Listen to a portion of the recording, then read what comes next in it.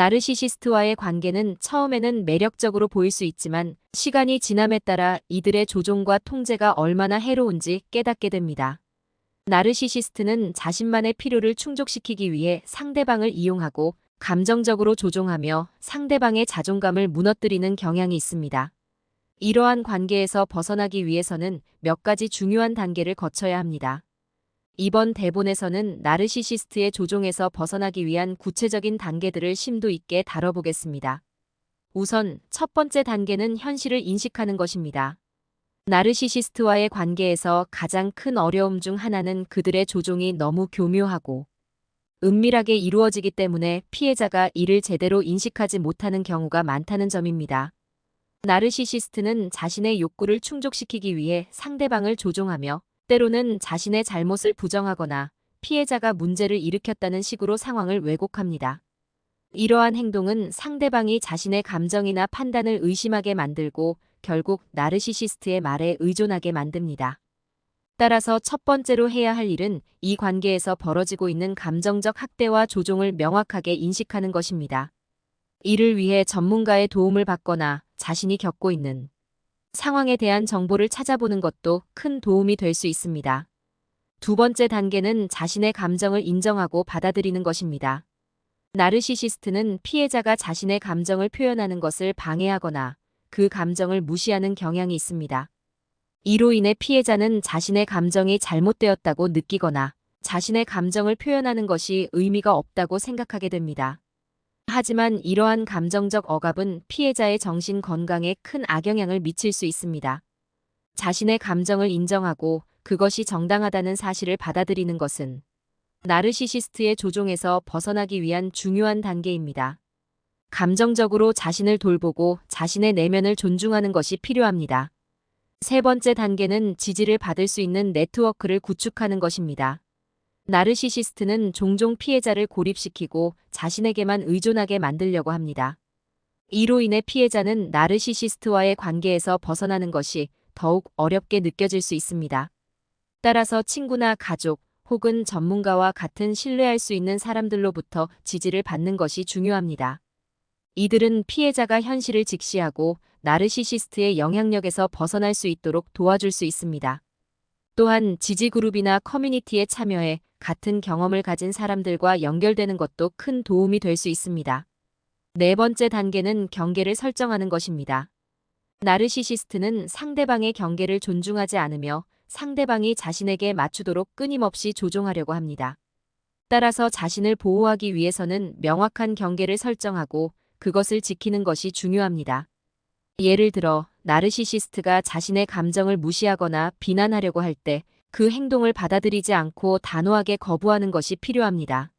이러한 경계를 설정하는 것은 나르시시스트의 조종에서 벗어나는데 매우 중요한 역할을 합니다.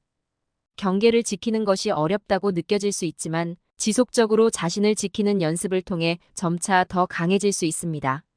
다섯 번째 단계는 자신의 자존감을 회복하는 것입니다.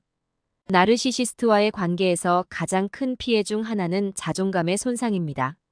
나르시시스트는 끊임없이 상대방을 비난하고 그들의 자존감을 무너뜨리기 위해 다양한 방법을 사용합니다. 이러한 경험은 피해자가 자신을 무가치한 존재로 느끼게 만들고 자신에 대한 믿음을 잃게 만듭니다. 하지만 중요한 것은 이러한 생각이 나르시시스트의 조종에 의한 것임을 인식하고 다시금 자신의 가치를 회복하는 것입니다. 이를 위해 자신이 이룬 성취나 장점을 다시 돌아보고 자신을 긍정적으로 바라보는 연습을 할 수 있습니다. 여섯 번째 단계는 물리적으로 거리를 두는 것입니다.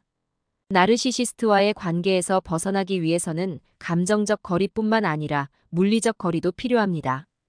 나르시시스트는 피해자가 자신에게 다시 돌아오도록 만들기 위해 다양한 방법을 사용할 수 있습니다. 예를 들어 피해자에게 미안하다고 말하거나 그들이 자신 없이는 행복할 수 없다는 식으로 설득할 수 있습니다. 이러한 상황을 피하기 위해서는 가능한 한 물리적으로 거리를 두고 연락을 최소화하는 것이 중요합니다. 만약 물리적인 거리를 두는 것이 어렵다면 적어도 정서적인 거리를 유지하기 위해 노력을 기울여야 합니다.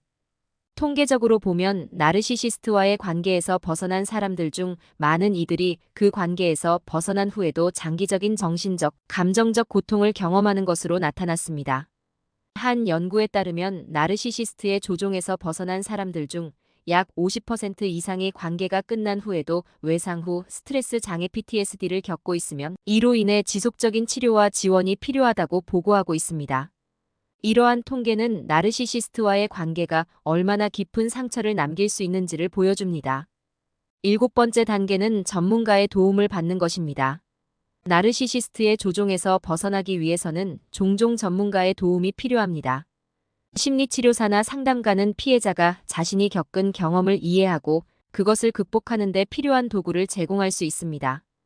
또한 전문가의 도움을 통해 피해자는 자신이 겪은 감정적 학대와 조종의 영향에서 벗어나고 다시 건강한 관계를 맺을 수 있는 방법을 배울 수 있습니다.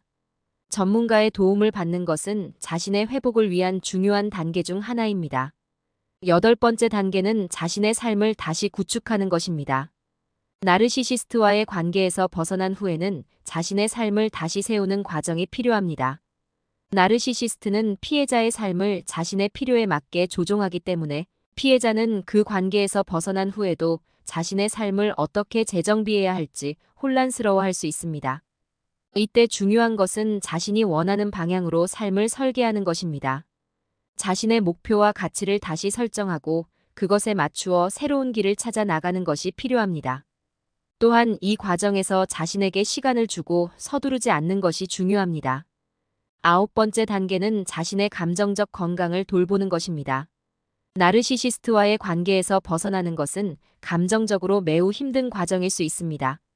이 과정에서 자신을 돌보고 자신의 감정적 건강을 챙기는 것이 필요합니다.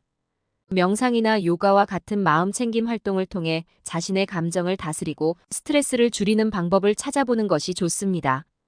또한 규칙적인 운동과 건강한 식습관을 유지하는 것도 감정적 건강을 돌보는 데 도움이 될 수 있습니다.